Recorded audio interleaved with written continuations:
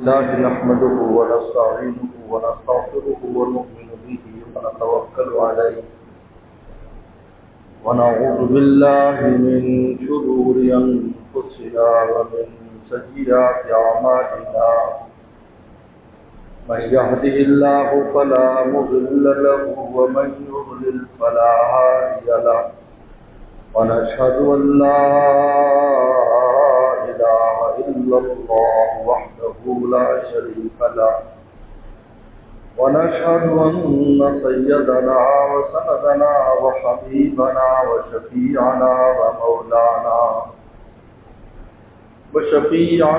ومولانا محمدا عبده ورسوله صلى الله تعالى عليه وعلى آله وأصحابه وبارك وسلم. أما بعد فأعوذ بالله من الشيطان الرجيم. بسم الله الرحمن الرحيم. لقد من الله على المؤمنين إذ بعث فيهم رسولا من أنفسهم يتلو عليهم آياته ويزكيهم ويعلمهم الكتاب والحكمة وإن كانوا من قبل لفي ضلال مبين. فقال النبي صلى الله عليه وسلم إنما بعثت معلما. فقال النبي صلى الله عليه وسلم إنما بعثت لأتمم مكارم الأخلاق. أو كما قال عليه الصلاة والسلام. صدق الله وصدق رسوله النبي الكريم. میرے محترم بزرگ اور دوستو، یہ ربیع الاول کا مبارک مہینہ شروع ہے. پیغمبر صلی اللہ علیہ وسلم کی ذات اقدس کے ساتھ اس مہینے کو اور پیر کے دن کو خاص خصوصیت ہے. ربیع الاول اور پیر کا دن. آپ کی پیدائش بھی اس مہینے میں ہوئی، دنیا سے بھی اس مہینے میں تشریف لے گئے. غار حرا میں بھی اس مہینے میں آپ نے جانا شروع کیا، اور 6 مہینے کے بعد جب رمضان آیا تو وحی نازل ہوئی. لیلۃ القدر میں پہلی وحی نازل ہوئی. وہ یا تو 17 رمضان تھی اور یا 24 رمضان تھی. لیلۃ القدر چونکہ منتقل ہوتی رہتی ہے تو پیغمبر سلام نے پھر فرمایا کہ ابھی بس آخری عشرے میں اللہ نے ہمیشہ کے لیے رکھ دی اور طاق راتوں میں رکھ دی. اور طاق راتیں بھی ایسی کہ اگر یہاں طاق ہے تو عرب میں جفت ہے، عرب میں طاق ہے تو یہاں جفت ہے. گویا کہ پورے 10 دن جو آخری ہوتے ہیں اس میں زمین کے آدھے حصے پر ضرور لیلۃ القدر ہوتی ہے.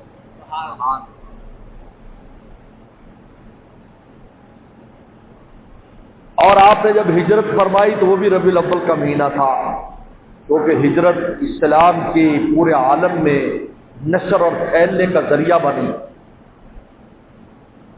غار حرا میں جانا وحی الہی کا عالم میں آنے کا وجود اور ذریعہ ہے، اور ہجرت پورے عالم میں اسلام کے پھیلنے کا ذریعہ ہے. ہجرت کے بعد سے پھر سلطنت اسلامیہ قائم ہو گئی اور پورے عالم میں اسلام پھیل گیا. اور غار حرا میں وحی آئی، اللہ کا قرآن مجید اترا اور وحی الہی شروع ہو گئی. یہ سب ربیع الاول کے مہینے میں، اور پیر کے دن ہی آپ کی پیدائش ہوئی اور پیر کے دن ہی آپ دنیا سے گئے. اس لیے پیغمبر سلام کے جو عاشقین ہیں وہ پیر کے دن کو مرنا پسند کرتے. آپ نے خود فرمایا کہ پیر کا دن جب آتا تھا کہ ھذا یوم ولدت فیہ، یہ وہ دن ہے جس میں میں پیدا کیا گیا. اس لیے آپ پیر کے دن کا روزہ رکھا کرتے تھے اور جمعرات کو روزہ رکھتے تھے. اس کی ایک وجہ تو یہ فرمائی کہ میں اس دن میں پیدا ہوا ہوں، اور دوسری وجہ یہ فرمائی کہ پیر اور جمعرات کو اللہ کے دربار میں اعمال پیش ہوتے ہیں، میں چاہتا ہوں کہ میرا عمل پیش ہو تو میں روزے کے ساتھ ہوں۔ اللہ تعالیٰ نے فرمایا کہ ہم نے بہت بڑا احسان کیا ہے تم پر کہ اپنا محبوب پیغمبر تم میں بھیجا ہے، لقد من اللہ فرماتے بہت بڑا احسان ہے۔ شیخ الاسلام حضرت مولانا حسین مدنی رحمۃ اللہ علیہ فرماتے ہیں یہ جو عالم ہے جو اللہ نے پیدا فرمایا اور انسانوں کو آدم السلام سے شروع فرمایا، ان کو 3 حصوں میں تقسیم کیا جا سکتا ہے۔ پہلا انسانیت کا بچپن ہے، درمیان میں جوانی ہے، آخر میں بڑھاپا ہے۔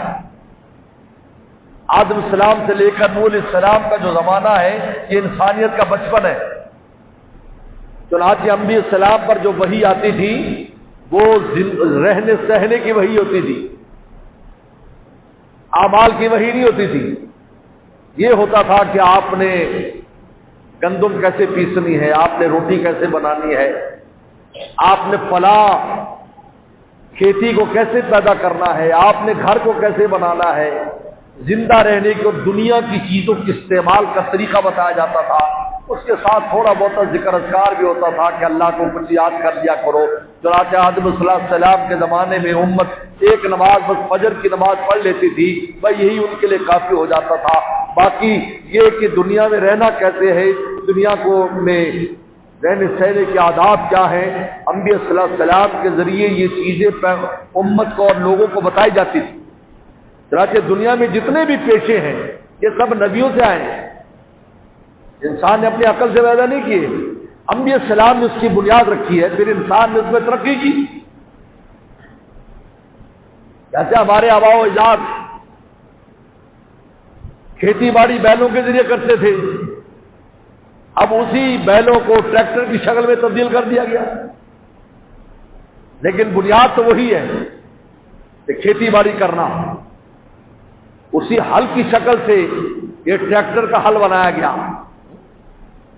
اسی ٹانگے سے اور ریڑھی سے کاریں بنائی گئی کہ اس میں چکا لگاؤ گے تو یہ چلیں گی، اگر چکا نہ لگائیں، اگر چکا دنیا میں ایجاد نہ ہوتا تو دنیا میں کوئی چیز بھی نہ گھومتی۔ انبیاء السلام سے سارے پیشے آئے ہیں، جتنی حرفتیں ہیں ان کے بانی نبیوں کی جماعت ہے، اور انبیاء السلام کی طرف وحی آتی تھی کہ اس شے کو کیسے استعمال کرنا ہے، لوہے کو کیسے استعمال کرنا ہے، سونے چاندی کو کیسے استعمال کرنا ہے، درختوں کو کیسے استعمال کرنا ہے، یہ وحی آتی تھی۔ یہ انسانیت کا بچپن ہے۔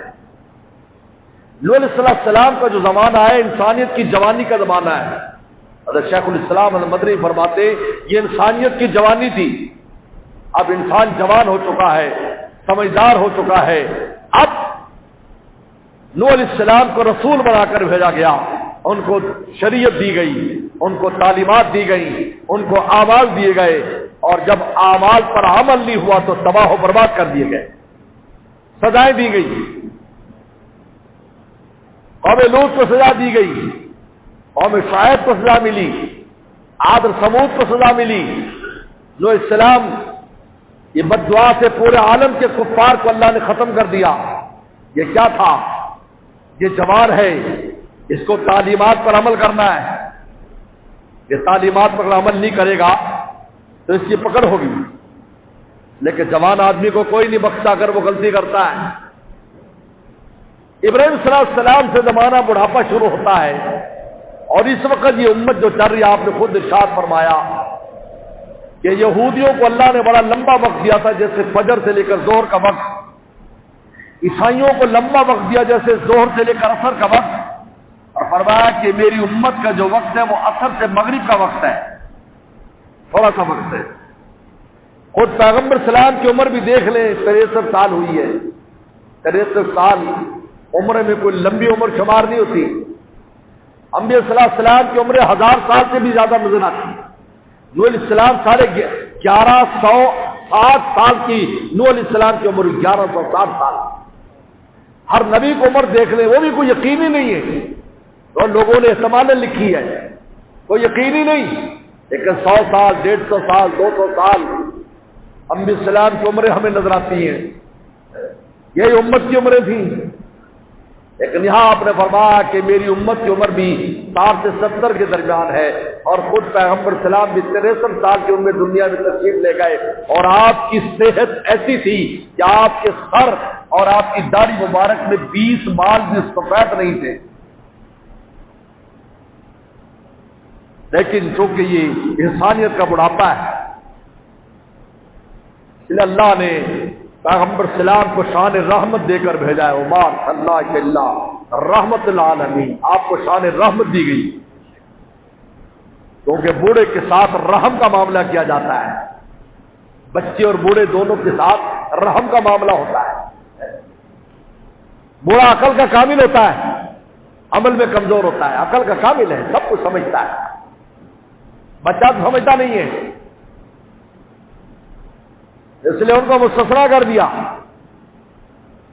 لیکن جو بوڑھا انسان ہوتا ہے وہ عقل کامل ہوتی ہے، عمل کمزور ہوتا ہے، چنانچہ اللہ تعالیٰ نے حضور صلی اللہ علیہ وسلم کو چونکہ شان رحمت دے کر بھیجی گئی، ہمارے تھوڑے عمل کے اوپر زیادہ نتیجہ مرتب فرمایا، اور فرمایا کم از کم 1 نیکی کرو گی تو 10 کے برابر ہوگی، اور اگر میں بڑھانا چاہوں تو 700 تک لے جاؤں۔ اور قرآن نے کہا کہ اگر اللہ اس سے بھی آگے بڑھانا چاہے تو اللہ تعالیٰ کے اختیار میں، جو انسان کے اخلاص، جو انسان کے عمل میں تقوی، جو انسان کے عمل میں اتباع پیغمبر ہوگی، وہ عمل 700 گنا تک بھی ہو سکتا ہے، بلکہ 700 گنا سے بھی اوپر ہو سکتا ہے۔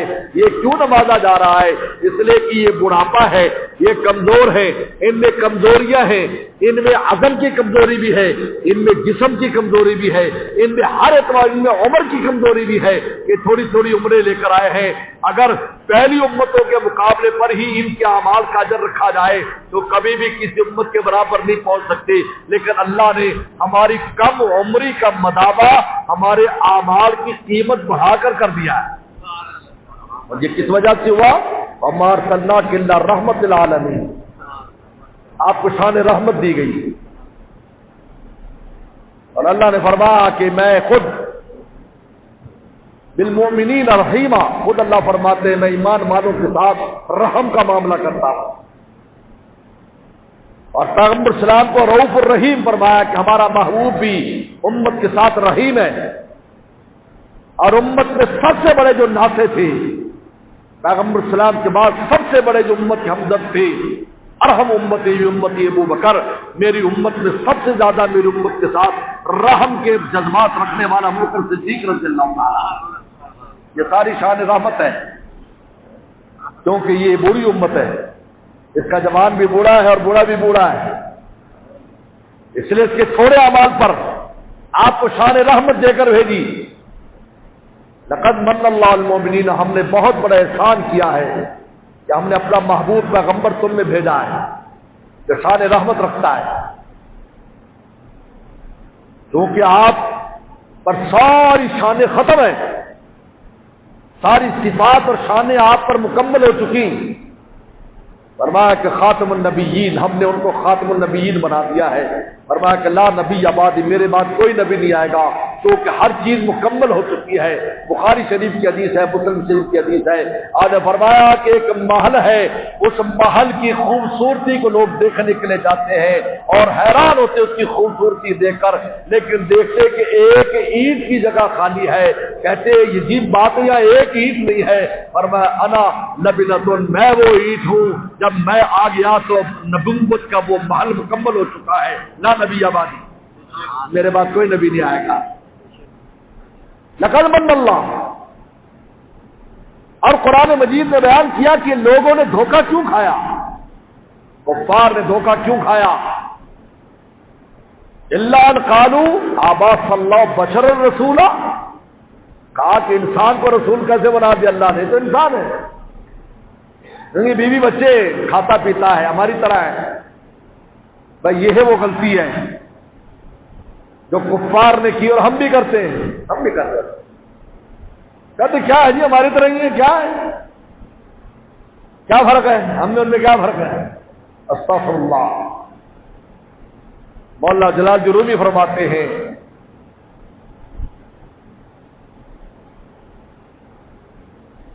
گرچہ یکساں در نوشتن شعر و شیر،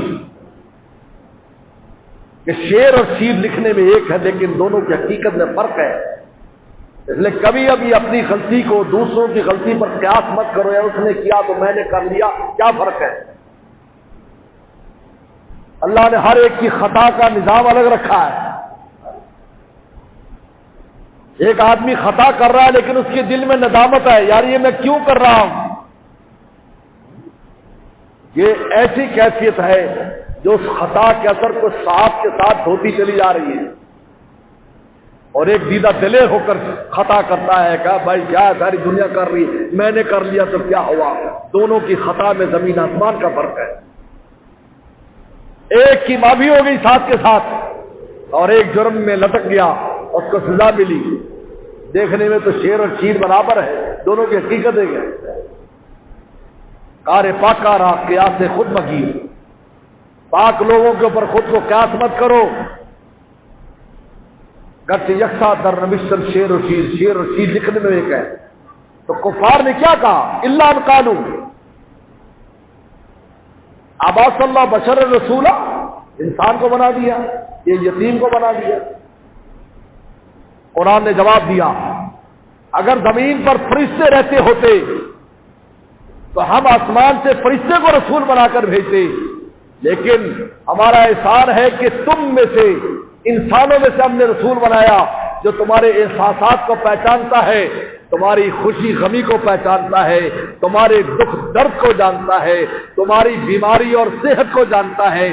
جو کیفیات انسان پر پیش آتی ہے وہ پیغمبر پر بھی پیش آتی ہے، نبی اس کی حقیقت کو جانتا ہے، پھر امت کا اس کا مداوع کرتا ہے، پھر امت کے لیے دعائیں بھی کرتا ہے، امت کو ارشادات بھی دیتا ہے، امت کو ہدایت کا راستہ بھی بتاتا ہے۔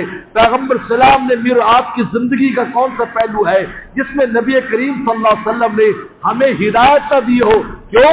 اس لیے کہ آپ خود ان احساسات سے گزرتے تھے، جب خود ان احساسات سے گزرتے تھے تو آپ سمجھتے تھے کہ بھائی امت اور اس انسان کے ساتھ یہ جو چیز پیش آئی ہے اس کے دل کو کتنی تکلیف ہوگی۔ رسول اللہ صلی اللہ علیہ وسلم نے اس کے مداوع کا طریقہ کار بتا دیا۔ ورنہ اگر فرشتے ہوتے نہ جورو نہ جاتا، ہر وقت خدا سے ناتا، اس کے پاس آپ شکایت بھی نہیں لی جا سکتے کہ بھائی یہ فلاں مسئلہ ہے۔ ان کا کوئی کا مسئلہ، کوئی مسئلہ نہیں، بس اللہ سے منہ لگاؤ، بس اللہ اللہ کرو۔ کیسے نظام چلتا؟ ظالم مظلوموں کو ذبح کر دیتے، پوچھنے والا نہ ہوتا؟ کیوں؟ کوئی احساس ہی نہیں ہے، اس کو نہیں پتا ظلم و ستم کیا ہے، اس کو نہیں پتا چوٹ کا اثر کیا ہے، اس کو نہیں پتا بیوہ ہونے کا درد کیا ہے، اس کو نہیں پتا یتیمی کیا ہے، کچھ پتا۔ اللہ نے انسانوں میں سمجھ رہا ہے۔ حضرت داؤد صلاۃ السلام پہلے بادشاہ تھے، نبیوں میں سب سے پہلے جو بادشاہ ہوئے داؤد سلام بادشاہ ہوئے، اس کے بعد سلیمان سلام، پھر بادشاہت نبیوں میں آتی رہی، حکمرانی بھی ملتی رہی، نبوت بھی ساتھ تھی، اس لیے حکمرانی اور نبوت جمع ہو سکتی، حکمرانی اور ولایت بھی جمع ہو سکتی، اللہ کا ولی بھی ہو اور حکمران وقت بھی ہو سکتا ہے۔ داؤد صلاۃ السلام کی عادت مبارکہ کیا تھی؟ 3 حصے کیے ہوئے تھے اپنی زندگی کے۔ ایک دن کو بیٹھ کر فیصلے کرتے، دوسرا اللہ تعالیٰ کی عبادت کرتے، اور تیسرا اپنے اور اپنے بیوی بچوں کو دیتے، آرام کرتے، بیوی بچوں کے ساتھ وقت گزارتے۔ اب یہ جو عبادت کا وقت تھا، یعنی آپ یہ روایت کو سمجھیں، جو اصل روایت محققین نے لکھی ہے، جو شان نزول جو آنے والی بات کا میں بتاتا ہوں۔ اب جس وقت آپ عبادت کرتے، مغرب سے بعد نماز کے لیے کھڑے ہو جاتے، تانے لگ جاتے، پہرا لگ جاتا، خبردار کوئی نہیں آئے گا اندر۔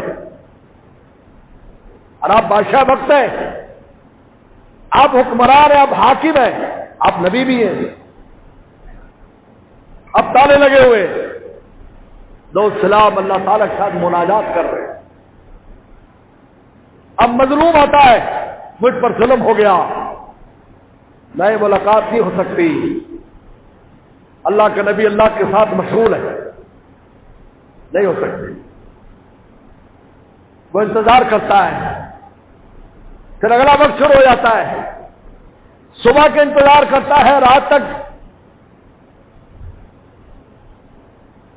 کشتی ڈوب جاتی، ظالم اپنا کام کر لیتا ہے۔ اللہ تعالیٰ نے 2 فرشتوں کو بھیجا، یہ جو واقعہ قرآن میں آیا ہے، آپ بالکل تانے لگے ہوئے عبادت کر رہے ہیں، نماز پڑھتے تھے اور ہر دوسرے دن روزہ رکھتے تھے۔ 2 آدمی آ کر بیٹھ گئے تھے اور بائیں پہرے لگے ہوئے۔ پہلے تو حیرانی ہوئی، بھئی آدمی اندر کیسے آ گئے؟ سلام پھیرا، نبی تھے، نبی کی بصیرت ہوتی ہے، وہ پہچان گئے یہ کوئی اور مخلوق ہے۔ انہوں نے کہا ہاں بتاؤ مسئلہ کیا ہے؟ انہوں نے کہا مسئلہ یہ کہ میری اس کی 99 بھیڑیں ہیں، میری 1 بھیڑ ہے اور مشترکہ ہمارا کھاتا ہے، اب یہ وہ 1 بھیڑ بھی لینا چاہتا ہے۔ ایسا ظالم ہے، وہ 1 بھیڑ بھی کہتا ہے یہ بھی میری، تیریا کچھ نہیں۔ یہاں داؤد السلام کو مشہور جملہ ہے جس سے ہمیں سب کو سبق سیکھنا چاہیے، کثیرا من الخلطاء، یہ مشترکہ کام کرنے والوں کی اکثریت ایک دوسرے پر ظلم کرتی ہے۔ آج داؤد السلام اس زمانے میں تنبیہ کی ہے، یہ مشترکہ کام نہ کیا کرو، خطا کھاؤ گے۔ اس وقت کی بات ہے، آج تو بےایمانی ایسے ہو چکی ہے، سامنے کھا جاتے ہیں کہتے کھایا ہی نہیں تھا۔ کثیر من الخلطاء لاجہون، ایک دوسرے پر ظلم کرتے ہیں مشترکہ کام کرنے والے۔ خیر، کیونکہ وہ فرشتے تھے یکدم غائب ہو گئے، احساس ہوا ہو مجھ سے غلطی ہو گئی۔ غلطی کیا ہوئی کہ میں نبی بھی ہوں اور حاکم وقت بھی ہوں، مجھے تالے نہیں لگانے چاہیے۔ پتہ نہیں کوئی امتی کس وقت آ جائے سوال لے کر، نبی کا کام ہے اس کو رائے ہدایت دینا۔ آپ اندازہ کیجیے، داؤد السلام کو اللہ نے تنبیہ فرمائی، آپ سجدے میں گر گئے اور پتہ نہیں کتنے دن روتے رہے۔ آپ کے پہاڑ بھی روتے تھے، آپ کے ساتھ پرندے بھی روتے تھے، آپ کے ساتھ صحابہ کی جماعت بھی روتی تھی اور اللہ کو راضی کرتے، اللہ مجھے معاف کر دیجیے، اب میرے دروازے ہر وقت کھلے ہیں۔ آپ بخاری شریف اٹھا کر دیکھیں، صحابہ کرام فرماتے کہ رات کا وقت تھا، اندھیرا تھا، اندھیری رات تھی، اچانک شور اٹھا، ہم سب گھبرا گئے، کسی نے شاید مدینے پر حملہ کر دیا اور صحابہ تلواریں لے کر شور کی طرف بڑھے تو حیران ہو گئے کہ نبی کریم صلی اللہ علیہ وسلم وہاں سے چلے ہوئے آ رہے۔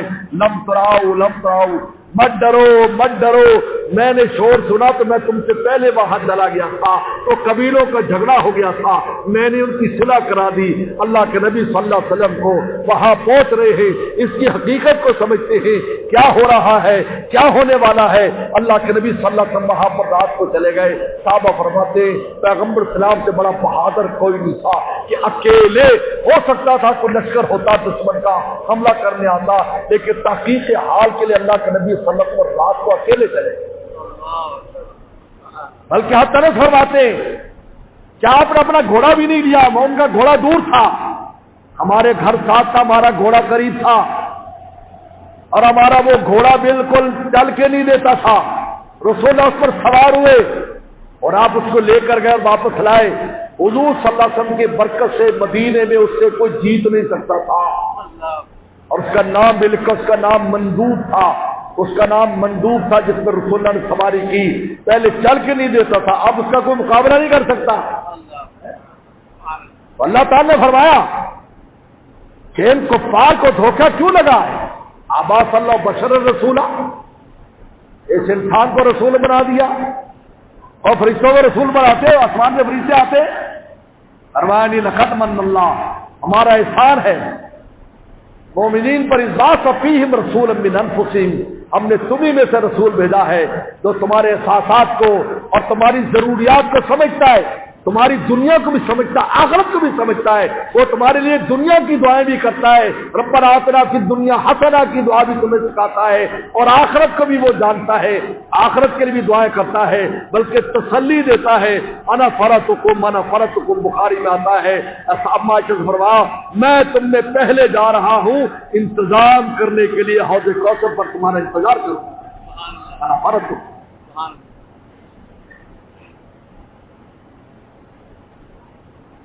یتلو علیہم آیاتی، چار بڑے مقاصد دے کر اللہ نے محبوب پیغمبر کو بھیجا۔ چار، نمبر ایک یتلو والی آیاتی، میری آیات میری وحی پڑھ کر سنائیں ان کو بتائے کلام الہی کو کیسے پڑھنا ہے۔ اللہ کے کلام کے پڑھنے کے آداب ہیں، دنیا میں کوئی زبان ایسی نہیں جس کے لیے پڑھنے کے آداب ہو۔ انگریزی پڑھیں جیسے پڑھ لیا، آداب ہے۔ ایک لفظ کا ادب ہے، الف کہاں سے ادا کرنا ہے، با کہاں سے ادا کرنا ہے، تا کہاں سے ادا کرنا ہے، کس مخرج سے ادا کرنا ہے، کن صفات کے ساتھ ادا کرنا ہے۔ یتلو علی آیاتی، تلاوت آیات، تلاوت کرنا اور سننا دونوں رسول اللہ کا معجزہ ہے، اس لیے کہ قرآن کا سننا بھی آسان نہیں ہے۔ یہ آج جو ہم سن رہے ہیں رسول اللہ کا معجزہ ہے کہ آپ نے پڑھا اور صحابہ کو سنایا، تو اس کی برکت سے آج امت پڑھ بھی رہی ہے، سن بھی رہی ہے، ورنہ سن بھی نہیں سکتے۔ اللہ کا کلام ایسا ہے، راج قرآن مجید کہتا ہے، اللہ تعالیٰ ارشاد فرماتے جب وحی آتی فرشتوں پر، حدیث میں آتا ہے ایسی آواز نکلتی ہے، ایسی آواز جیسے زنجیریں گھسیٹی جا رہی ہوں پہاڑوں کے اوپر، اور اسے بہوش ہو کر گر پڑتے ہیں۔ جب ہوش آتا ہے فزع قلوبہم قالوا ماذا ربکم، کہا کہ اللہ نے کیا کہا، قال الحق۔ ہر ایک کو بات یاد ہو جاتی ہے لیکن سننے کی سکت نہیں ہوتی، بےہوش ہو جاتے ہیں۔ اللہ فرمایا یتلو علی آیاتی، ہمارے محبوب بہت بڑا احسان ہے امت پر کہ محبوب کو بھیجا جو ہماری وحی پڑھتے ہیں، امت سنتی ہے۔ تلاوت آیات، یہاں سے کام شروع ہوا ہے، تلاوت آیات سے۔ آپ کے مقاصد میں سب سے پہلے جو مقصد تھا قرآن مجید کا پڑھنا اور امت کو سنانا۔ لا تحرک به لسانک لتعجل به ان علینا جمعہ قرآنا فاذا قرأناه فاتبع قرآنا ثم ان علینا بیانا۔ ہمارے ذمے ہے آپ اس کی تشریح بھی کریں گے اور آپ اس کو پڑھ کر بھی سنائیں۔ وَيُزَكِّيهِمْ، اور دوسرا مقصد باطن کو پاک کرے، ان کے باطن کو۔ یاد رکھو باطن کو کوئی پاک نہیں کر سکتا، نبی کرتا ہے، پھر نائبین نبی کرتے، طریقہ نبی نے بتایا باطن کو پاک کرو۔ باطن گندا ہو جاتا ہے، نبی کی ذات پاک کرتی ہوں زکی ہی، کیونکہ اگر باطن پاک نہ ہو ظاہری اعمال فائدہ نہیں دیتے۔ منافقین کا باطن پاک نہیں تھا، ظاہری اعمال تو رسول اللہ کے پیچھے نمازیں پڑھتے تھے، جہاد میں بھی جاتے تھے، روزے بھی رکھتے تھے، لیکن اسے فائدہ نہیں دیا کیونکہ باطن پاک نہیں تھا۔ وہ یزکی ہی، ان کا باطن پاک کیجیے، ان کے دلوں کی بیماریوں کو دور کیجیے، ان کی روح کو پاک صاف کیجیے۔ وہ یزکی ہی، تو رسول اللہ صلی اللہ علیہ وسلم اپنے ارشادات کے ذریعے، اپنی نگاہوں کے ذریعے، اپنی صحبت کے ذریعے باطن کو پاک کر دیتے تھے۔ صحابہ کے قلوب چمک جاتے تھے، چمک جاتے تھے۔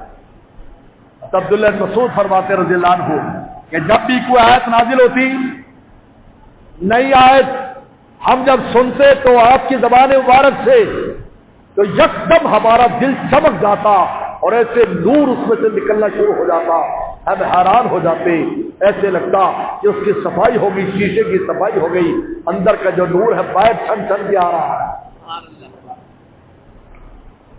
وَيُعَلِّمُ الْكِتَابَ، تیسرا کام کیا دیا، کتاب اللہ سمجھائیں، ان کو سمجھائیں۔ ایک ہے پڑھنا، ایک ہے سمجھانا۔ بعض بے عقلے کہہ دیتے جی اگر جب سمجھ نہیں آتا پڑھنے کا فائدہ کیا، بہت نالائکی بدنصیبی کی بات ہے۔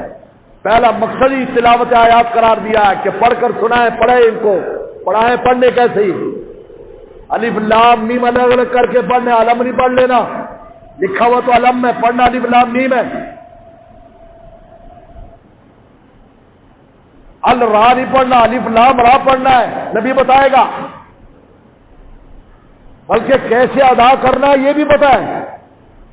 اب سورہ یوسف کا لفظ لا تامنا، ہم لا تامنا پڑھ لیتے، لیکن جو اصل آتا ہے کس کا پڑھے لا تامنا۔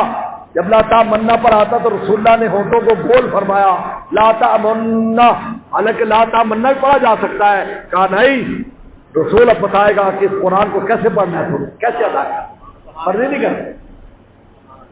تعلیم کتاب کو بتائیں گے، سمجھائیں گے اللہ کیا چاہتے ہیں۔ اقیم الصلاۃ، نماز قائم کرو، نبی سمجھائیں گے کیسے قائم کرنی۔ فلیصم، روزہ رکھو، کیسے رکھنا ہے۔ حج البیت، بیت اللہ کا حج کرو، کیسے کرنا ہے، نبی سمجھائیں گے۔ رسول اللہ سے پوچھو جا کر، قرآن کی تفصیلات اللہ کے نبی سمجھایا کرتا تھا کہ کیسے کرنا ہے۔ حالانکہ وہ عرب لوگ تھے۔ آج بہت سے بیوقوف کہہ دیتے استاد کی ضرورت نہیں، خود سمجھ لو، کتابوں میں لکھا ہے۔ بھائی ان عربوں سے زیادہ کون قرآن سمجھے گا؟ عرب العربا قرآن نے اور حدیث میں آتا ہے کہ عربوں کے اندر بھی اونچی درجے کے عرب تھے وہ لوگ، لیکن وہ بھی قرآن سمجھنے کے رسول اللہ کے محتاج تھے۔ آپ جب سمجھاتے تھے تو ان کو بات سمجھ میں آتی تھی، اچھا یہ مطلب ہے۔ کتنی آیات ہیں، کتنی صورتیں ہیں جو صحابہ کرام نے رسول اللہ سے پوچھ کر یا رسول اللہ نے خود فرمایا کہ بھائی اس کا یہ مطلب ہے۔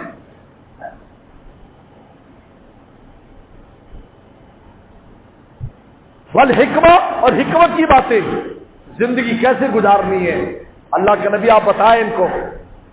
الحمدللہ یہ امت کسی عمل میں بھی غیر کی محتاج نہیں ہے، کسی عمل میں بھی صبح سے شام تک کوئی عمل لے آئے رسول اللہ کی ہدایت موجود ہے۔ آپ نے کیسے کرنا ہے، کھانا کیسے کھانا ہے، پانی کیسے پینا ہے، سونا کیسے ہے، بیت الخلا کیسے جانا ہے۔ سلمان فارسی رضی اللہ عنہ سے ایک یہودی نے کہا یہ نبی ہے، آپ کا نبی ہے، یہ تو بیت الخلا کے طریقے ہی بتاتا ہے، یہ نبی کی شان نہیں ہے۔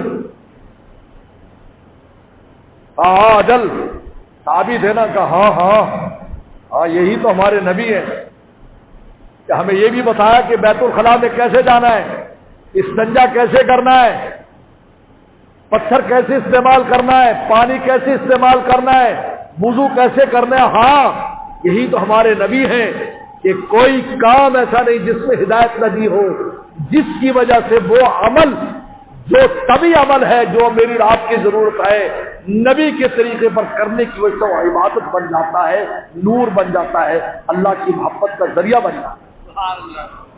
روٹی تو کھاتے ہیں سارے، لیکن نبی کے طریقے پر دائیں ہاتھ سے بسم اللہ پڑھ کے کھا رہا ہے، دسترخوان رکھا ہوا ہے، کھا رہا ہے، اپنے آگے سے کھا رہا ہے، چبا چبا کے کھا رہا ہے، چھوٹے لقمے لے رہا ہے۔ روٹی تو کھانی ساری کھا رہے۔ ابھی میں افریقہ سے ہو کے آیا ہوں، وہاں جنگلی لوگوں کو دیکھا، وہ بھی کھا رہے۔ اور کیسے کھا رہے ہیں بس کیا بتائیں، اور کیا کھا رہے ہیں اللہ معاف فرمائے، تذکرے سے یہ کہے آ جائے کیا کھا رہا ہے۔ یہ بھی ابھی جنگلوں میں ہو کر آیا ہوں وہاں پر، لیکن انہی میں جو مسلمان ہیں ماشاءاللہ زمین آسمان دیکھ کے پتہ چل جاتا ہے، یار مسلمان کا چہرہ بتا دیتا ہے، اس کا عمل بتاتا ہے۔ اب بتائیے کھا تو سارے ہی رہے، لیکن آپ نے طریقے سنت پر کیا تو عبادت بن گیا، روٹی نہیں بنی، عبادت ہو گئی۔ طریقے سنت پر پانی پیا، پانی پینا نہ کہلایا عبادت کہلائی، طریقے سنت پر سویا، سونا نہ کہلایا عبادت کہلائی۔ سبحان اللہ، قربان جائیے رسول اللہ کے کہ امت کو ہر چیز کا طریقہ بتا دیا، ہر چیز کا طریقہ بتا دیا کہ اس کام کو تم نے، یہ ہے حکمت کی باتیں، تم ایسے کرو گے 24 گھنٹے اللہ تعالیٰ کی عبادت گزار کہنا۔ لقد من اللہ، اللہ نے بہت بڑا تم پر احسان کیا ہے کہ یہ 4 فرائض جو میرے آپ کی ضرورت ہے نبی کریم صلی اللہ علیہ وسلم نے ہمیں سکھائے اور امت میں عام فرمائے، صحابہ کے ذریعے ہم تک پہنچے۔ اللہ عمل کی توفیق عطا فرمائے۔ آخر دعوانا الحمد للہ رب العالمین۔ بھائی یہ ابن